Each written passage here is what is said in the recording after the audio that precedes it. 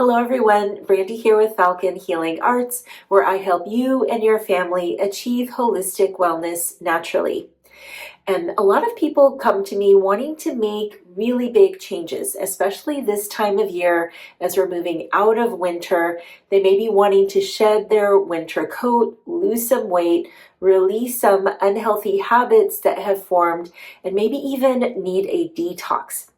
And what I've learned over years of practice is that if we don't support proper digestion first, a lot of these big changes don't last, or they're super hard on the body and you're not able to see that endeavor through. So today I want to talk to you about why optimizing your digestion needs to happen first and what happens in your body when you don't. So we need to start this discussion way upstream because digestion happens before you even put food in your mouth. And a lot of us know this, but it's often overlooked. Seeing our food, smelling our food, touching our food, thinking about our food all activate the nervous system. And this anticipation signals the body that nourishment is coming. And this is one of the many reasons why it's so wonderful to make your own meals and not reaching for fast processed food. So you have plenty of time to anticipate feeding yourself. That nervous system response stimulates salivation, which is the first step of digestion. And it also signals the stomach to secrete stomach acid and start producing digestive enzymes. If we're stressed, rushed, eating on the go, or distracted, this early signal can often be blunted. And this compromises your digestion before you even take your first bite. So you've probably heard of the rest and digest nervous system state. This is the parasympathetic nervous system that we're working with and what we want to be in when we are digesting our food, as opposed to the sympathetic nervous system or the fight or flight stage that we experience when we're in chronic stress. When we're under chronic stress, the body prioritizes survival over digestion. Blood flow shifts away from the digestive tract, salivation decreases, stomach acid production is reduced, and enzyme secretion also goes down. And this is why people can be eating all the right foods and still be feeling bloated, uncomfortable, and depleted afterwards. The body is simply not ready for nourishment. One pattern I see quite frequently here in the clinic is low stomach acid. And this quite often is with women who are over 40 and in a chronic stressed out state. Low stomach acid can cause symptoms like bloating, heaviness, or fatigue after meals, acid reflux, or feeling like food is just stuck there. And these symptoms can often be mistaken for excess stomach acid, especially when someone has acid reflux or heartburn. And this can lead people to taking antacids or proton pump inhibitors, which are meant to lower stomach acid. So of course, when that is the root of the condition and it's happening further with the medications that you're taking, it's going to put you in a vicious cycle of unwellness. Further suppressing stomach acid can interfere with digestion and nutrient absorption, and this can lead to bacterial overgrowth or dysbiosis in the gut. Adequate stomach acid doesn't just activate enzymes and break down food, it signals the body that digestion is underway and supports the coordination of the digestive tract. So we need peristalsis, the contractions that move the food down. This is an energetically downward moving process.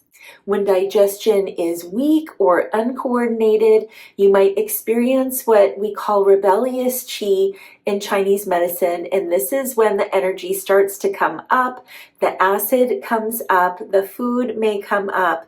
You have this uncomfortable, stagnant feeling, but it's not because you have too much acid, it's because of a weakness and that it's not functioning properly. If you suspect that this might be happening with you, this is one of the things that we look for on a stool test, like the GI map that I use in my practice. And one of the things that comes up when people are having an issue like this is that we see that there is low secretory IgA, or what we call SIgA. It's a marker that can reflect chronic stress, depletion, or a gut that's tired rather than inflamed. When I see patterns like this, it tells me that the body needs support, strength, and nourishment, not super aggressive protocols. And when digestion and nervous system support comes first, everything else that we do seems to work better. Energy improves, supplements are tolerated better, cravings calm down, and when the person is ready to work on weight loss, detox, or other big changes, the body is far more responsive. So this is why I focus on building the foundation before working on bigger goals. Without that foundation, change feels like we are pushing uphill. There's so many things you could do to build this foundation. There's digestive enzymes and other supplements that support gut health. But before you do anything like that, I suggest you start with something so simple, and yet it's hard for many of us to do it, myself included, and that is to pause before meals. Now, I knew I wanted to do this video. I've been wanting to do it for months now, but for the last 2 weeks in preparation, I have been very disciplined about making this a ritual, and it's actually made eating a wonderful, actually spiritual experience for me. I usually prepare the meal myself. I sit down, I light a candle, I take several slow, deep breaths. I say a prayer of gratitude that I actually leave on the table. I eat without news, emails, music, social media.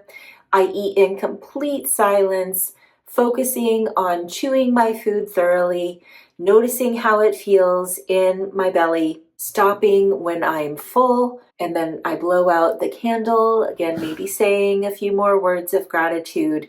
And if I have time, I will go for a walk around the block to help it settle in even more.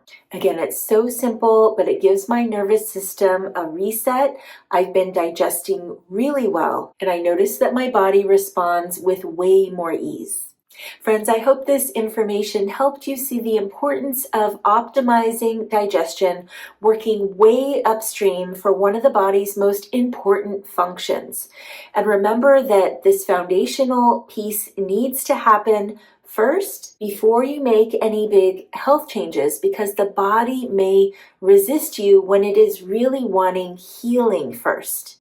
I'll be coming back to you with more videos about how to optimize your digestion, more information on the functional medicine tests that I offer, so we can figure out what your body actually needs.